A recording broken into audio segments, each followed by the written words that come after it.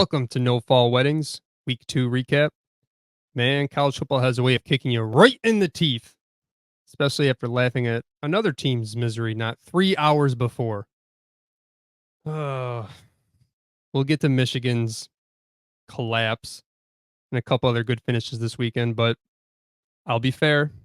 You see my Notre Dame stuff in the back. We'll start with whatever the hell that was in South Bend. Notre Dame laid an absolute egg at home against Northern Illinois, coming off a huge week 1 road win against an SEC team. Notre Dame was set up. You look at their schedule the rest of the year, as long as they took care of business against teams with inferior talent, they would stroll into the college football playoff. Moved up to number 5. Man, that 5 looked really good. I don't know what it is, being a top 5 team. South Bend, Notre Dame, University of College Football. It felt right. It felt like, all right, we are heading towards the right direction with this program. Unfortunately, Notre Dame's offense got exposed again. You know, we went into the transfer portal to get a quarterback. Unfortunately, we accidentally got a fullback. I won't lie, I was a big fan of Riley Leonard. I liked what he did at Duke, and I'm like, man, if he can just transition that to Notre Dame with a little more talent at the wide receiver position, the running back position. I know we have a young offensive line, but they weren't really the issue yesterday.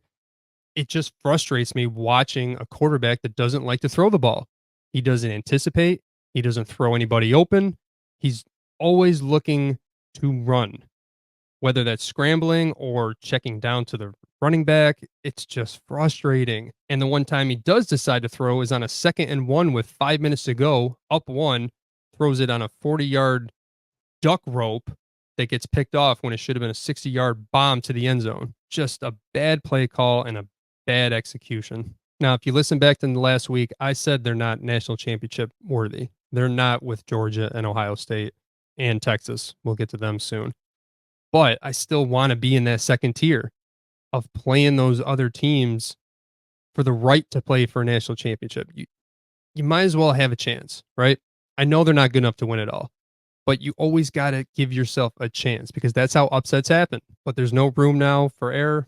If they want to sneak into the college football playoff with that soft schedule, they have to go undefeated the rest of the way. And when you have an offense that's extremely inept, I mean, the quarterback hasn't thrown a passing touchdown in 2 games. What is this, the 1940s? Marcus Freeman, he may look great on the sideline, but you need to start figuring it out. All right, I was given a note from last week to be a little more energetic. I felt like I was pretty animated on that side of the spectrum.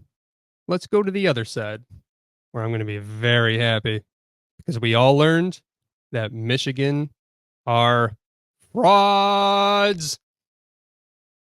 I know they lost 20 seniors last year and their head coach, and more importantly, Connor Stalions, but they just let a Texas team come up to the big house and bitch slap them in the face for 48 minutes. I mean, that score does not indicate how much of an ass whooping that was. Texas got a touchdown taken off the board on the opening drive. They kicked a couple short field goals, and they let off the gas really in the late 3rd, early 4th. They could have put up 50 on them. The quarterback play for Michigan, horrendous. That cover athlete for NCAA football, where'd he go? Donovan Edwards, the Don. Get out of here. Sloppy turnovers, out of position on defense, and they just look slow, not defending championship worthy. Now, obvious credit to Texas. Quinn Ewers is ridiculously talented. Talking about him being a top 10 draft pick next year. And it looks like they reloaded at wide receiver. Their defense looks nasty. Texas hasn't had a defense like that since Colt McCoy days. You know, being in the SEC, I know they're going to have some battles coming up. I know at one point they play Oklahoma and Georgia back to back. And yeah, they might lose one of those. But when you got a win on your resume, like going up to Michigan and winning, you don't have to win both. You win one of those, as long as you don't get blown out in the other, you'll still be top 5 team. But this is really all about laughing at Michigan. Yeah, you can laugh at me about Notre Dame.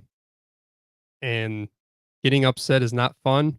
But when you're the marquee game of the week and all the hype, College Game Day is there, the Fox noon kickoff is there, and they bring in all the former Michigan players and celebrities, including Dave Portnoy's dumbass, just to get smoked in front of 105 of your loser fans. All is right in the world when Michigan sucks.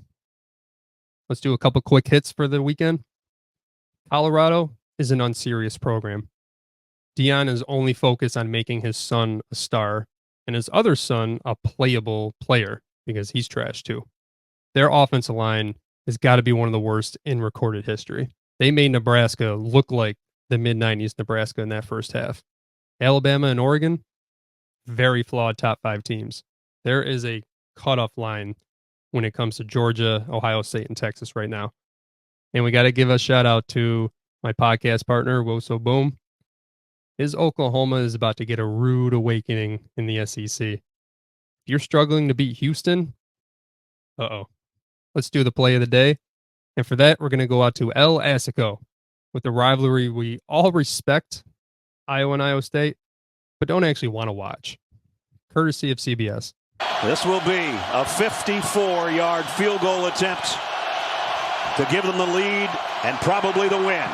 Conradi, kick on the way, and he got it! Let me ask you something. Whatever happened to the good old hashtag college kickers? In my day, he would have came up 15 yards short on that. But that's what you expected out of college kickers. They don't make big kicks. I'm uncomfortable in a world where 20-year-olds are making 54-yard game winners. I don't like it. We have a little movement in the Heisman top 3. Again, it's still early. This is going to be a very fluid list, just basing it off of what has actually happened. I'm going to move Travis Hunter down to 3.